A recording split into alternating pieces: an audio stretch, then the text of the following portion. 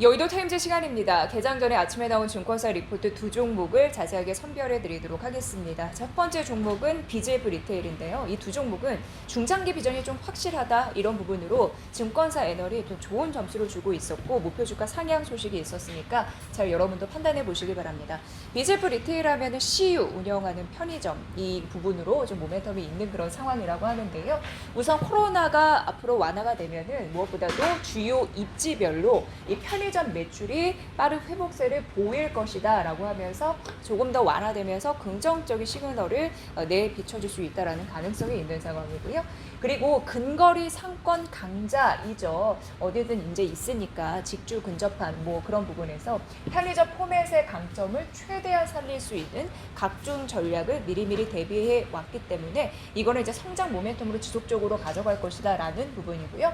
오프라인 항상 이제 근거리 장보기 채널 이런 부분이 따라다니는데 지금 이제 중요한 거는 1, 2인 가구가 많아지면서 소포장, 식품 수요 이런 부분이 있습니다. 이거는 앞으로도 중장기 성장 모멘텀으로 매출 상향의 근거가 될 수 있다는 가능성이 언급이 되고 있는 상황이고요. 무엇보다도 이 전략을 잘 맞춰서 해왔다라는 데에 점수를 주고 있는 거고 결국 목표 주가를 상향하겠다 하면서 18만 원으로 올려잡는 그런 흐름이 아침에 좀 나왔습니다. 이 증권사의 시각도 잘 보시면 좋을 것 같고요. 자, 18만 원의 목표 주가가 나온 이유를 좀 설명해 드리자면 가장 이제 중요한 거는 산업이 장기적으로 성장에 대한 모멘텀을 구축하고 있다라는 거 있습니다. 유통업종에서도 봐야 할 이유가 편의점 사업주에 있다라는 부분이고요. 그리고 BGF 로지스 그리고 BGF 푸드 이게 종속 회사를 갖고 있거든요. 이 가치가 부각이 될 것이기 때문에인데 사실 BGF 리테일 같은 경우에는요. 무엇보다도 물류 그리고 HMR이라고 해서 가정 간편식 그런 부분에서 현재 투자를 집중하고 있는 상황입니다. 성장 모멘텀에 조금 더 투자를 집중하고 있는 상황이라서 앞으로 이쪽에서 먹을거리가 있다라는 판단이었습니다. 참고를 해보시고요. 4분기 실적은 선방을 했습니다. 4분기 실적은 괜찮게 나왔고 그리고 사실 어떻게 보면은 코로나 재확산에 따라서 영업 환경이 좋지 않았을 수도 있음에도 불구하고 실적 타격이 예상보다 제한적이기 때문에 나름 실적이 4분기 작년 4분기는 선방했다라고 분석을 했습니다. 이 부분 보시고요. 자, 그렇다면 4분기 작년 4분기 매출이 한 1조 4천억 원 넘게 거의 뭐 1조 5천억 원 정도 나왔거든요. 이거는 증가율로 봤을 때 전년 동기 대비해서 4% 정도 증가한 건데 앞으로 작년에 비해서 올해 연간 매출액과 그리고 영업이익 단에서도 의미 있는 만한 개선이 지속이 될 것이다 라는 가능성 이 때문에도 투자 포인트가 있었습니다. 연결 매출 부분 잘 보셔야 될 것 같고요. 작년에 1000개가 넘는 점포를 좀 늘린 흐름들이 있었습니다. 성장 기조를 이어갔고 올해 역시 비슷한 규모로 순증되지 않을까 점포 확대 이런 부분이 있지 않을까라는 부분이고요. 코로나 상황 속에서도 그래도 괜찮은 실적을 낸 거는 가정 간편식 HMR 제품이 잘 팔렸기 때문인데 이 판매 호조는 앞으로 이어갈 가능성이 있다라는 부분이고요. 중요한 건 네이버와 MOU 협약을 체결한 이슈가 있습니다.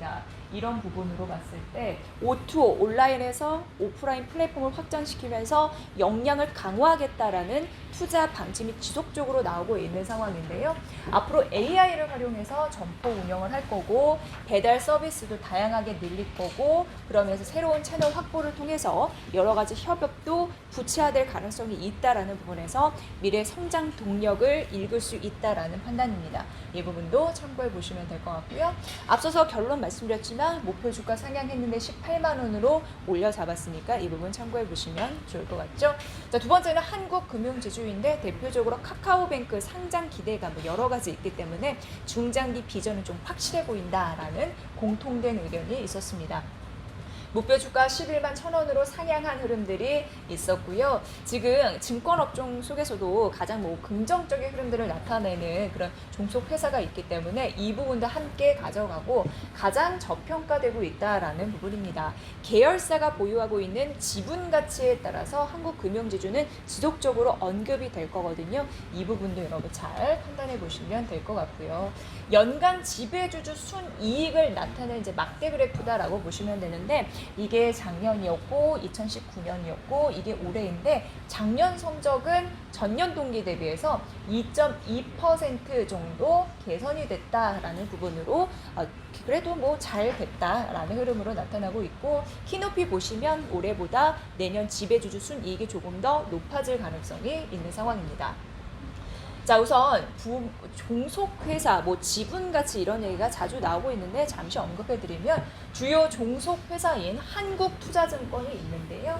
이 한국투자증권은 브로커리즈 이런 부분에서는 잘 나왔습니다. 그런데 문제는 ELS 관련해가지고 대규모 손실 이런 부분이 나왔고 산발적인 일회성 손실 등이 나와서 이건 좀 안 좋았습니다. 그럼에도 불구하고 괜찮은 요소가 있었는데 우선 한국투자저축은행 이쪽과 그리고 캐피탈 이쪽 그러니까 한국투자증권을 제외한 대부분의 종속회사들 대부분 이제 견조한 실적을 냈기 때문에 어느 정도 선방할 수 있는 이유가 있었다라는 그런 근거니까 이 부분 참고해 보시고요.